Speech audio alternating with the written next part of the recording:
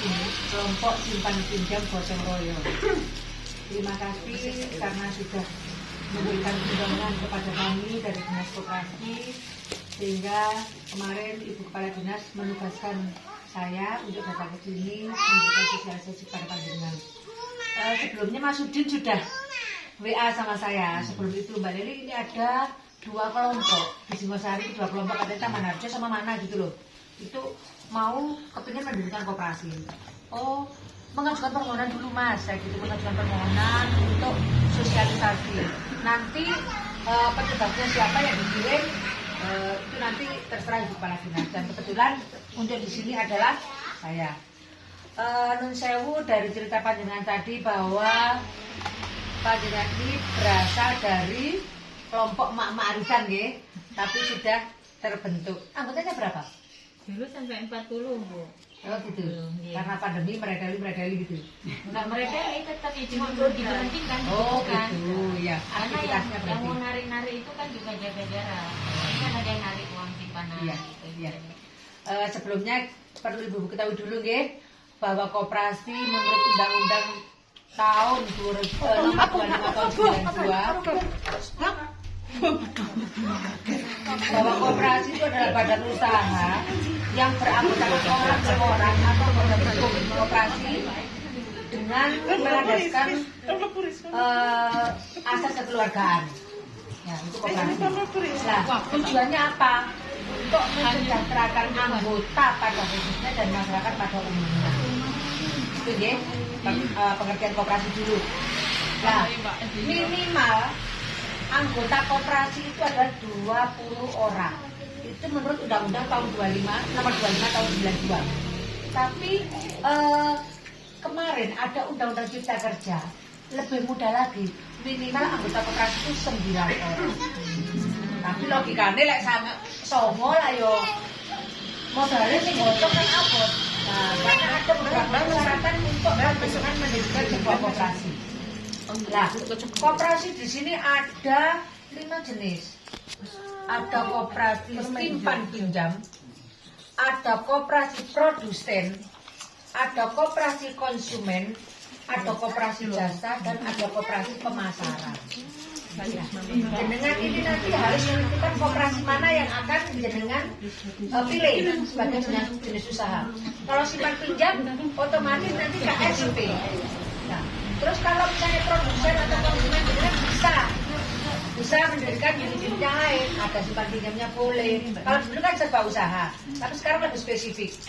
Konsumen, produsen, pemasaran. Nah, kalau di luar simpan pinjam, panjenengan bisa unit usahanya tidak satu. Nah, bisa pertokoan, bisa katakanlah jasa, misalnya online pelayanan listrik, gitu ya, itu bisa seperti itu. Nah, jenengan sebagai anggota koperasi dulu ya, sebagai anggota koperasi ada prinsip-prinsipnya. Yang pertama bahwa keanggotaan koperasi itu bersifat sukarela. Jadi jenengan jadi anggota koperasi gak dipaksa, sakarpe, sesukanya panjenengan. Nah, itu. Terus yang kedua, partisipasi yang bagi hasilnya itu sesuai dengan partisipasi yang panjenengan menanamkan ke koperasi. Misalnya nanti dalam koperasi itu ada pembagian hasil usaha. Nah, besarnya itu sebanding dengan apa yang panjenengan partisipasikan ke koperasi. Jadi semakin banyak anggota menyimpan, semakin banyak anggota meminjam, nah, itu akan semakin besar mendapatkan sesuatu di koperasi. Saya keputang loh Bu, saya keputang, saya nabung gitu loh. Nah, tapi ya tetap nyaur, gitu. Kalian utang tok, tapi gak nyaur ya kalau popo. Nah itu nanti sebanding dengan yang panjenengan masuk ke koperasi itu. Terus mandirian. Dalam arti mandirian di sini koperasi itu dibilang mandiri jika modal sendirinya sudah melebihi 60%. Dari modal-modal yang lain. Nah, terus bagaimana caranya panjenengan untuk mendirikan koperasi? Syarat-syarat pembentukan koperasi. Yang pertama, minimal anggotanya 20 tadi nggih. Lek songo kan kabotan. Lah, kalau misalnya usaha panjenengan pilih adalah simpan pinjam, itu modal awalnya dari juta. Tapi kalau di luar simpan pinjam dalam arti unitnya tidak hanya simpan pinjam saja, itu 20 juta.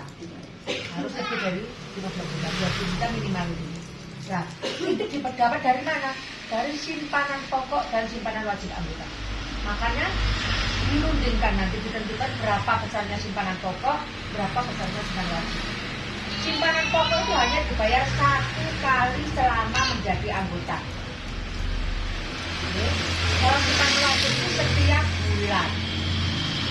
Nah, simpanan pokok dan simpanan wajib itu tidak bisa diambil selama panjenengan masih menjadi anggota. Jadi itu modal permanen koperasi. Ya. Misalnya kalau panjenengan 20 juta, misalnya simpanan pokoknya 500.000, cukup apa enggak? Misalnya anggotanya 20 orang, kan kurang. Wajibnya berapa? Makanya kalau bisa anggotanya itu sebanyak-banyaknya. Tapi pilihlah anggota yang berkualitas. Dalam arti benar-benar bahwa koperasi ini milik panjenengan. Menyadari bahwa koperasi ini milik panjenengan sehingga punya komitmen menjaga koperasi bareng-bareng. Karena kadang kan orang kan tidak mesti karakter masyarakat kan tidak sama. Ono sing katanya milik koperasi, melok koperasi, golek utang-utangan tok. Ada kan seperti itu. Nah, logikanya, lek utang-utangan pasti terkenal koperasi kan gitu, mesti oh koperasi tempatnya utang-utangan. Nah, padahal tidak seperti itu juga. Di sini juga panjenengan bisa menabung, menyimpan itu untuk penguatan permodalan koperasi. Nah, terus syarat yang kedua,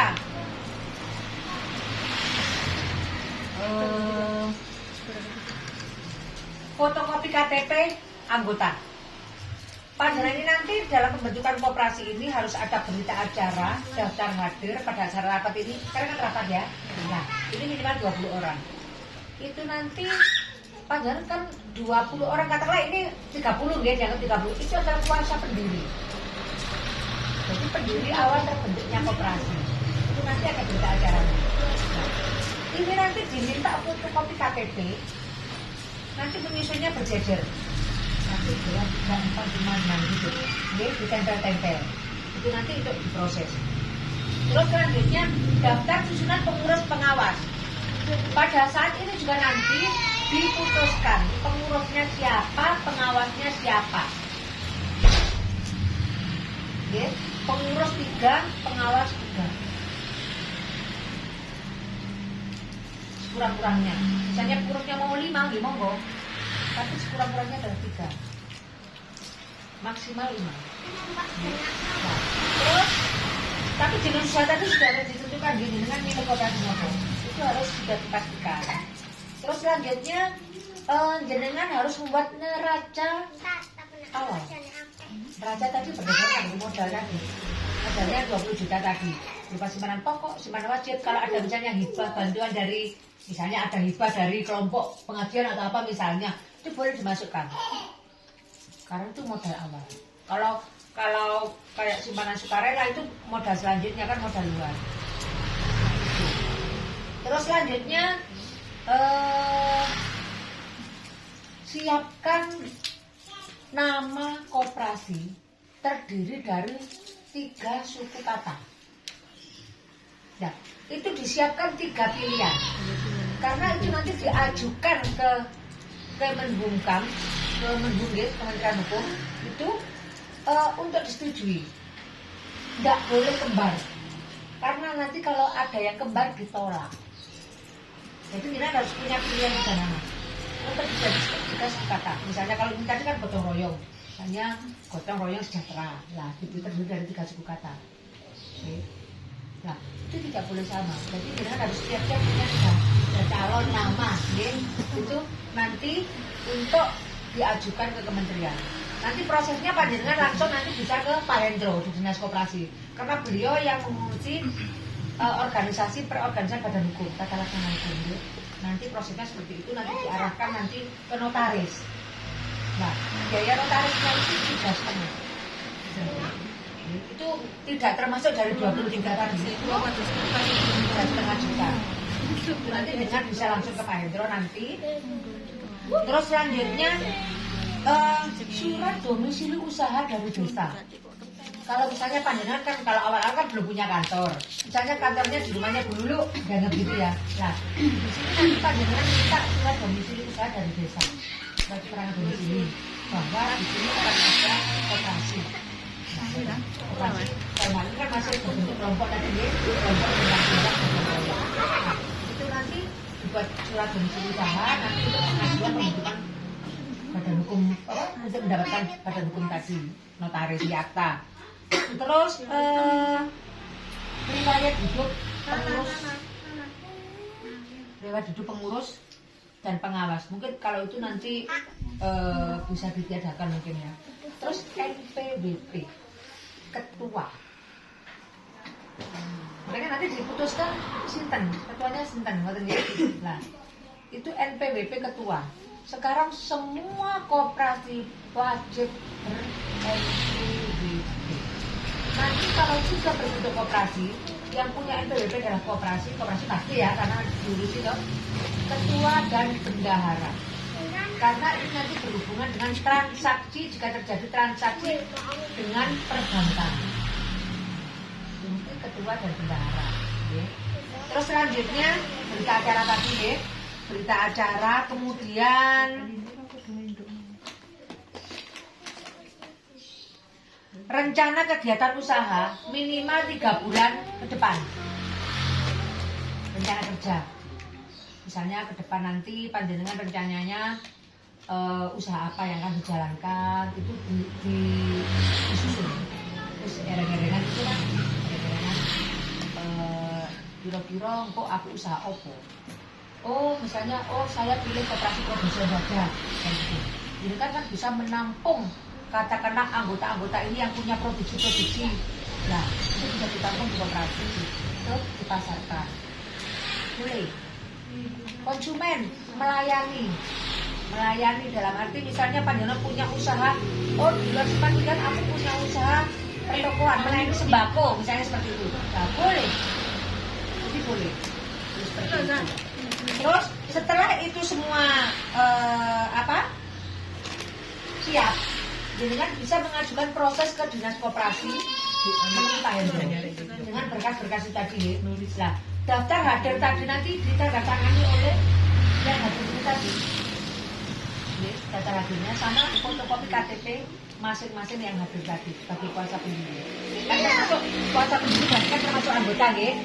Termasuk anggota. Nah, saat ini juga nanti dipikirkan simpanan pokoknya berapa, simpanan wajibnya berapa. Nah, itu nanti distorkan ke bank pemerintah. BRI atau BNI ya. Nah, dengan setorkan barang ini setor awal modal misalnya panjangnya 20,5 juta misalnya gitu. Nah, nanti kita dapat ini dengan ambil nggak apa-apa, kan itu hanya bukti setornya saja. Misalnya kalau simpanan pokoknya belum terkumpul, kalau cuma belum terkumpul, belum mau pinjamin misalnya, monggo. Jadi seperti itu. Hanya bukti setor itu yang dibuat bukti untuk pengajuan koperasi. Jangan dapat 1 minggu dengan ambil lagi tidak apa. Tapi di forum ini nanti tetap harus dengan menetapkan simpanan pokoknya berapa, simpanan wajibnya berapa. Karena itu nanti masuk di anggaran dasar. Di anggaran dasar nanti itu masuk besarnya simpanan pokok berapa, besarnya simpanan wajib berapa, seperti itu. Nah, itu nanti panjenengan punya anggaran dasar, nanti panjenengan harus ada anggaran rumah tangga, menyusun anggaran rumah tangga, peraturan khusus. Kira-kira kok lewat bagi koperasi ini aturan apa yang harus kami buat? Misalnya, setiap anggota yang masuk harap diharuskan membayar simpanan pokok misalnya 500.000 misalnya deh, simpanan wajibnya 20.000 setiap bulan. Nah, itu harus ada. Misalnya terkait ada usaha simpan pinjam, jasanya berapa ditetapkan. Kalau di koperasi tidak ada bunga nih, jasa. Misalnya 1% saja. Terus administrasinya berapa? Itu harus dicantumkan. Terus tata caranya bagaimana? Misalnya kalau simpan pinjam berarti sebelum mengajukan permohonan untuk pinjam itu harus mengisi formulir, harus ditandatangani suami. Misalnya seperti itu, ya. baru boleh direalisasi. Terus jenengan nanti kalau sudah berbentuk koperasi, sudah berbadan hukum, jenengan punya kewajiban setiap tahunnya melaporkan usaha koperasi, melaksanakan RAT, rapat anggota tahunan setiap tahun, untuk melaporkan pertanggungjawaban pengurus dan pengawas di hadapan anggota dan pejabat dinas. Jadi setiap tahunnya. Jadi nanti ada laporan keuangan, neraca, berbentuk laba rugi, disajikan pada saat RAT setiap tahunnya. Jadi anggota akan tahu bagaimana perkembangan koperasi selama 1 tahun. Kan anggota bisa menilai, oh ternyata selama menjadi anggota selama 1 tahun ini ternyata koperasi mendapatkan keuntungan, ternyata koperasi ini surplus hati. Nah itu tolak ukurnya. Okay. Nah terus itu nanti wajib dan dinas koperasi. Itu 1 tahun, setiap tahun 1 tahun sekali. Nah biasanya itu dilaksanakan mulai bulan Januari sampai Maret, batasnya Maret. Nah, sebelum Januari itu ada rapat rencana kerja rencana anggaran jabatan dan kerja koperasi itu di bulan Oktober sampai Desember itu waktunya. Jadi sebelum RAT itu ada rapat rencana kerja. Tapi biasanya kalau koperasi yang baru terbentuk, koperasi kecil-kecil digabung sama RAT tidak apa-apa. Nah, perangkat organisasi koperasi itu apa saja? Tadi sudah saya sebutkan. Yang pertama adalah rapat anggota. Rapat anggota itu mempunyai kekuasaan tertinggi dalam koperasi. Segala keputusan tertinggi ada di rapat anggota. Pada saat rapat anggota itu berhak mengajukan saran, kritik, masukan pada pengurus, yang sifatnya membangun. Terus perangkat yang lainnya apa? Pengurus. Pengurus itu adalah pengelola yang mengelola koperasi, perkembangan koperasi, jalannya koperasi dengan mulus. Nah, terus setelah itu siapa pengawas? Pengawas itu pengurus Pengurus itu ada ketua, sekretaris, bendahara. Ketua sebagai penanggung jawab pengontrol koperasi. Penanggung jawab jika ada kerjasama dengan pihak luar, itu ketua. Terus sekretaris terkait dengan administrasi pembukuan, ada penulisan penertiban administrasi 16 buku organisasi, surat menyurat, itu sekretaris. Terus bendahara terkait dengan keluar masuknya uang, itu. Terus selanjutnya pengawas. Pengawas itu bertugas untuk mengontrol kinerja pengurus, mengawasi kinerja pengurus. Bagaimana, apakah pengelolaan koperasi itu sudah berjalan dengan benar? Apakah tidak ada penyimpangan? Nah itu, pengawasan bisa dilakukan minimal 3 bulan sekali. Kalau pengurus minimal pertemuan dengan antar pengurus bisa 2 minggu sekali, bisa 1 bulan sekali. Karena kan ada transaksi toh, transaksinya nanti ditentukan misalnya setiap tanggal 8, terus tempatnya di mana itu bisa di Terus selanjutnya nanti kalau panjenengan sudah koperasi itu sudah berjalan, sudah menghasilkan laba, SHU, sisa hasil usaha, ini namanya sisa hasil usaha, itu ada pembagiannya. Pembagiannya SHU koperasi 45% untuk anggota, 20% dari jasa simpanan, 25% dari jasa pinjaman. Terus yang 10% untuk pengurus, 5% karyawan jika ada karyawannya. Tapi kalau belum ada karyawannya kan pengurus, jadi nanti dikelola oleh pengurus. 10% untuk dana pendidikan, 5% untuk dana sosial, 25% untuk dana jaminan. Nah, dana pendidikan itu untuk apa? Untuk pendidikan pengurus, pengawas, anggota. Jadi misalnya panjenengan nanti sudah sudah berjalan, sudah berbadan hukum, panjenengan dapat uang jaminan koperasi. Nah, itu bisa mengambil dari dana pendidikan. Itu bukan biaya. Jadi tidak dijadikan biaya, tapi dana pendidikan. Itu nanti kalau panjenengan sudah katakanlah koperasi sudah berjalan, itu perlu dipupuk. Kalau sekarang kan otomatis yang pertama awal-awal mesti dibiayakan, karena belum ada pendapatan. Terus selanjutnya dana sosial untuk apa? Panjenengan bisa untuk anggota yang sakit, anggota yang meninggal. Lah, kriteria sakit di sini juga ada kriterianya. Dalam arti minimal misalnya opname berturut-turut selama 3 hari di rumah sakit. Seperti itu. Bu jangan jenengan watuk saulan gak waras-waras dari dana sosial. Lah aku yang anggota koperasi, aku sakit gak sembuh-sembuh sakit batuk, saulan gak waras-waras kita dana sosial. Berarti kan gak diperiksa no paling itu ya. Sampai 1 bulan. Nah, jadi seperti itu. Itu anggota yang meninggal. Anggota loh ya, bukan mbaknya anggota, bapaknya anggota, bojonya anggota, bukan anggota.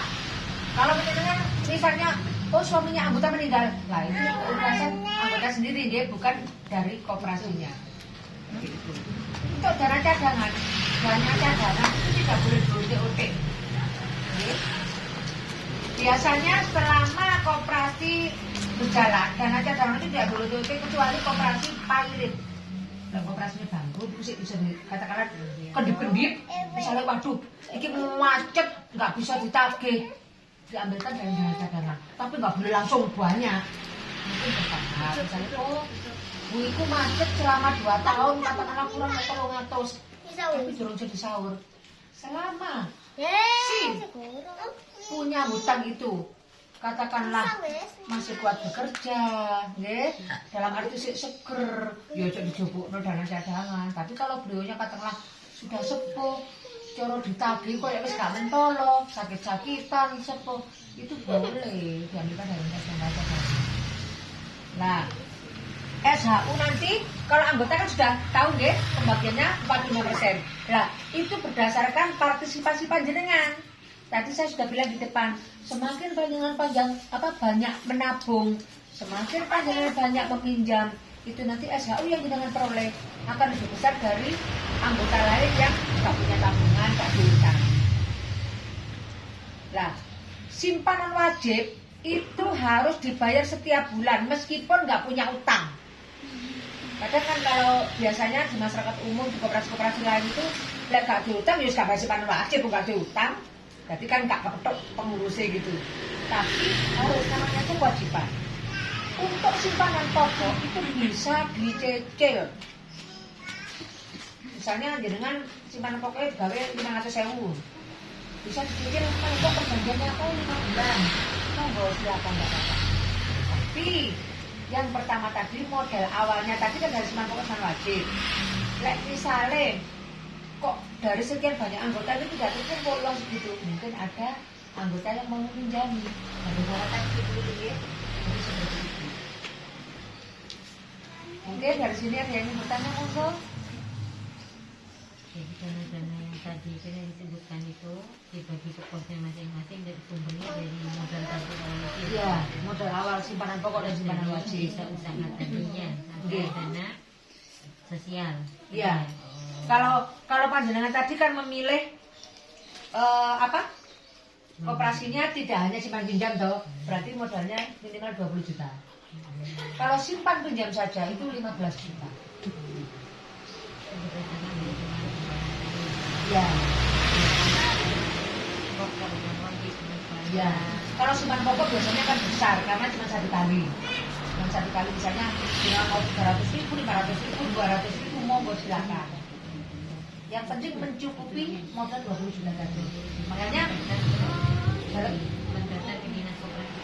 iya, yang pertama itu pengajuan tadi. Misalnya dengan saya tadi bilang, misalnya Anda mau pinjami, tidak apa-apa untuk buka rekening toh. Nanti kan ada bukti setornya, difotokopi.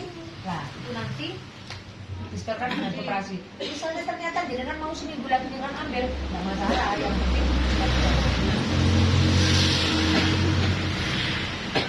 yang ke notaris nanti biasanya sama Pak Hendro disuruh menghadap sendiri, biayanya disuruh membayar sendiri. Jadi dinas koperasi tidak memungut biaya apapun. Oke. Itu biayanya 3,5. Notaris kita. Iya. Dan notarisnya notaris kabupaten, sudah notaris yang NPAK. Dapat pembuat akta koperasi. Sudah ada di dinas koperasi, sudah ditunjukkan. Mungkin di sini ada mungkin. Tapi biasanya kalau di dinas koperasi kebanyakan ada di depan dulu. Cuma tanya seperti itu. Ya. Untuk SHU Oke. itu biasanya dibagikan kapan itu tuh? Setelah RAT apa ketika RAT itu? Lah, ketika RAT boleh. Terus misalnya panjenengan katakanlah biasanya kadang kan mau lebaran, mau nggak terserah. Itu boleh. Heeh. Pokoknya setelah tutup buku. Oh iya. Kemudian 45% 45%. diambilkan dari kalau umpama tabungan kan ada simpanan pokok wajib. Apa yang sukarela itu dengan plus umpama keuntungan dari yang lainnya Iya, itu. gini. Nanti kalau panjenengan usahanya tidak hanya simpan pinjam, misalnya sama pertokoan ya. Iya. Kan ada pendapatan jasa dari simpan pinjam, nggih, ada pendapatan toko. Lah, itu total pendapatannya toh nanti. Lah, itu nanti anggota kalau yang simpan pinjam dari utang piutang nggih. Lah, itu kan berdasarkan utangnya panjenengan, simpanan panjenengan. Simpanan yang masuk penggunaan SHU adalah simpanan pokok dan simpanan wajib. Nggih. Kalau simpanan sukarela biasanya itu diberikan jasa. Oh, Oke. jasa itu. Tapi biasanya di awal-awal itu kan koperasi kadang ngetokno jasa, moro-moro kan dibiayakan kan berarti. Kok kabotan? Biasanya kadang ada yang simpanan pokok, simpanan wajib, simpanan sukarela dijadikan satu, diikutkan penghitungan SHU. Tapi yang benar penghitungan SHU itu simpanan pokok dan simpanan wajib saja dengan jasa pinjaman. Jadi berdasarkan partisipasi panjenengan. Nah, itu nanti ada rumusnya. Oke. Kalau berdasarkan simpanan tadi 20%, berdasarkan jasa pinjamannya 25%. Jadi semakin banyak panjenengan utang, misalnya di toko semakin banyak jenengan belanja, itu nanti akan semakin besar SHU yang panjenengan peroleh. Mungkin yang lain monggo.